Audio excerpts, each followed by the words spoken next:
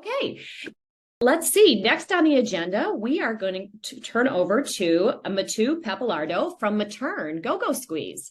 So many of you probably know the brands listed there on the screen.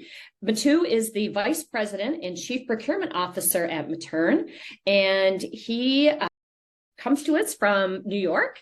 And his background really is in finance. He's been at finance at Materne as well as L'Oreal, and he's also been heavily engaged with SAP projects in France. So with that, Mathieu, I'm going to turn it over to you. Thank you. Good morning, everyone.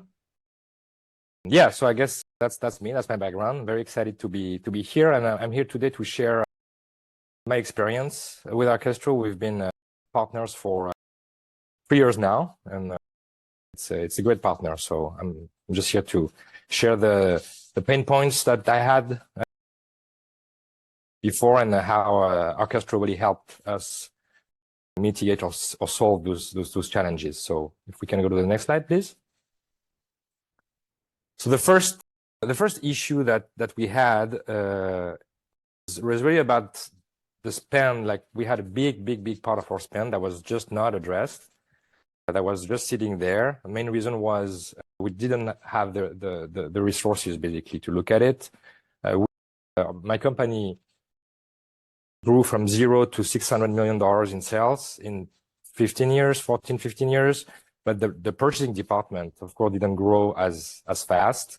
So for a long time, I had a one-person department on indirect, and this is specifically on indirect, where basically the resource I had was very focusing on the big spend, mostly marketing or HR, those big buckets, but all the rest, the tail of the spend was pretty sizable and never addressed. That was the main reason why we didn't had the chance to look at that spend, but also because on indirect, unlike in the direct buying, on indirect you need to align with your stakeholders, right? You're not deciding, you're supporting other departments in their buying decision. And it's always a challenge to work and align and influence stakeholders. And that was another issue that we had, because I guess they didn't see the need to challenge the way they were working. They were working with the same suppliers for years. It was working fine. They didn't really see the benefit of us putting into RFPs part of the spend that was not addressed, as I said. So that was really the first issue that we had. The second issue was about the way we were doing our RFPs, and this is indirect and direct. It will just take months, really, literally 6, 7, 8 months between the kickoff of the process to the phase where we will award the bids, the business. Just because it was very manual, it was a lot of back and forth between suppliers. We will get an offer, see if we could get a better offer from another supplier and go back to the first supplier. So all that back and forth through emails, phone calls, that will just take months for us to eventually have a final picture of the offers and reach a decision.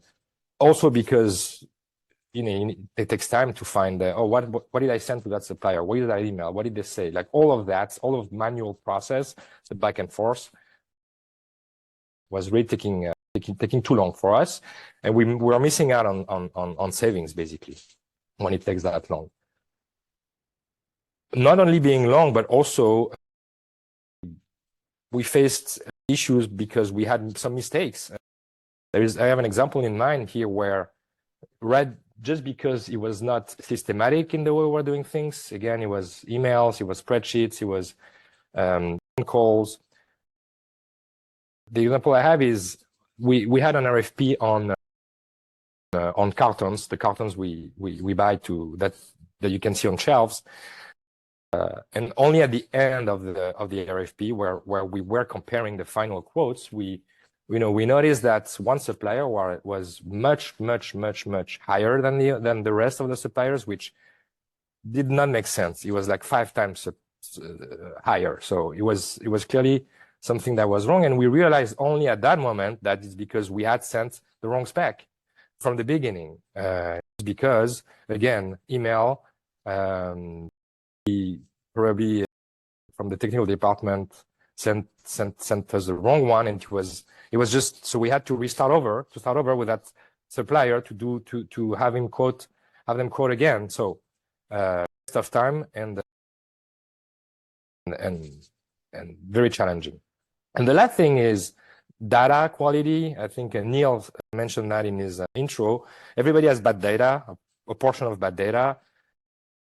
So do we, but we just didn't know how bad and how we could fix it and where we should basically spend our time on to fix our bad data. So this is what we were experiencing about 3 years ago.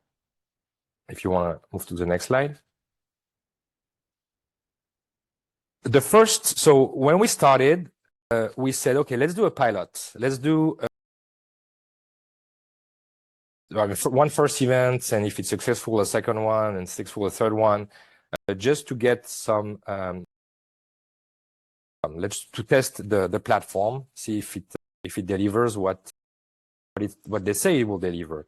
And it did. It just works. The first 3 events, as you can see on the screen, delivered over 20% in savings, which immediately created momentum, not just in my team, but also with the stakeholders, which was really the point, because they could see that without any disruption to their ways of working, with their ways of doing things, they could almost automatically generate those very nice savings in their department.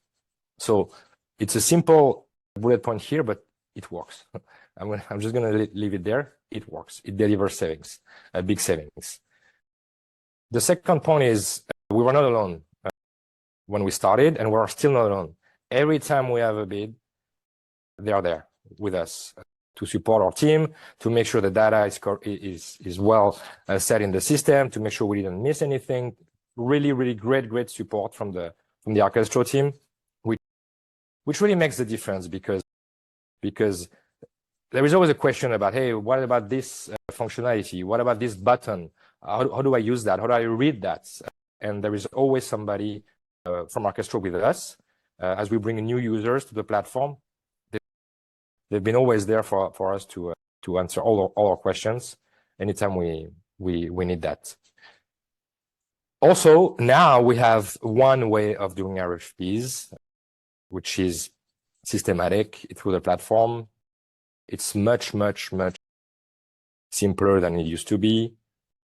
You know, every year, every 2 years, whenever we go on the market again, we can just reuse the data that's in there. It takes days when it used to take weeks to gather the data, the specs, the information that we need for the RFP. And the back and forth with the suppliers is right there. When there is a supplier requesting a delay to submit a quote, we can just adjust it on the platform and everybody is made aware at the same time. So it's so much simpler internally for us, but also in our interactions with the supplier. So that's a major win for us. And then we've reduced our RFP by 10. Like when it took 6 months, it takes 6 weeks now. It's not 10 actually, but by a lot. So great simplification of our processes. And the last thing is something more recent. We've been using the functionality, the new functionality that's called Insights. As I mentioned, we knew we had bad data. We just didn't know how bad. Now we know. I will say it's worse than average, but it's my opinion.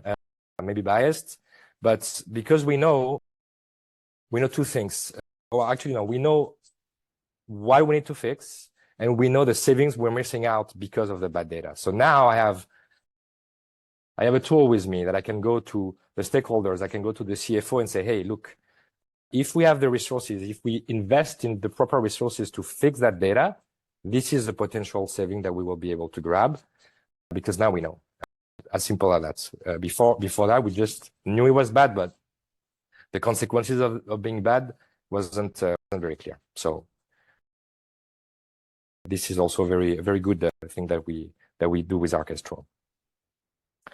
And then I think I have 2 examples of RFP that we did. So this one is, I wanted to mention that one because, well, it's a big savings, and it's $2.7 million. So obviously it's worth sharing, but also because this is the first sourcing event that was done outside of procurement. And that's, again, for me as a CPO, the way I see my role, among other things, is really to be able to influence outside of my department and make sure the company is successful. And the fact that another department, in that case, the supply chain department that owns the transportation, it's not under my budget, it's not under my responsibility. The fact that they agreed to use the platform to run their bid, and by the way, now every 6 months, they just go back to the platform and run the bid again. It's a big success for me because it saved the company $2.7 million on one event, and it keeps savings every time we run the event. But I didn't touch anything. I just had a talk with the VP of supply chain, and it happened. So that's why I wanted to mention that one, not just because of the number that's significant for us, but just because it's a testimony that